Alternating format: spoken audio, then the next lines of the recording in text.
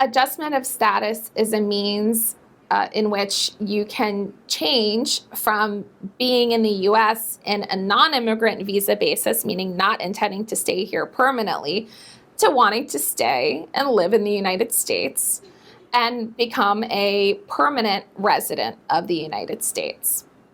Adjustment of status can take a variety of forms, but most of the time, an I-485 petition is filed alongside another visa petition, such as an I-130 or I-140, which is an employment-based immigrant visa petition.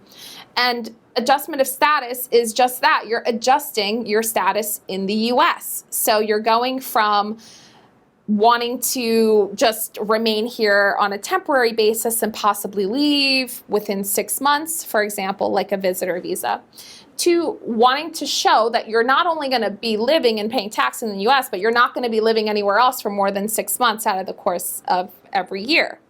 So adjustment of status will enable you to also get a work permit and a travel document in some situations, such as marriage to a U.S. citizen, while you're waiting for the green card to be issued.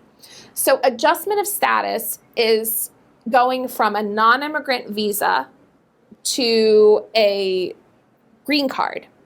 And sometimes you can do this even though you entered fraudulently. Now, what do I mean by that? If you entered, for example, with a fake passport, how do you cure that? Because obviously the questions on your adjustment of status petition, your I-485, is going to ask you, have you ever made any misrepresentations to obtain any benefits in the United States? Or have you presented any fraudulent documentation? Now, if you have used documentation that's fraudulent to enter, you should tell the government about that and ask for a waiver of that ground of inadmissibility. And that will involve filing an I-601 waiver, not to be confused with the I-601A waiver. The I-601 waiver will enable you to not even have to depart the U.S. in order to have the waiver granted.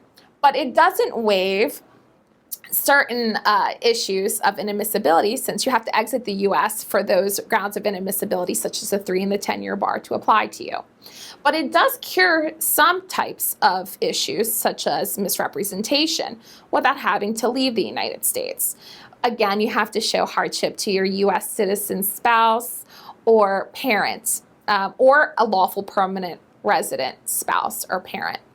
But adjustment of status will provide you the ability to live and work in the United States and to travel internationally. But make sure not to abandon your residency by overstaying in another country for more than 6 months out of the course of each year.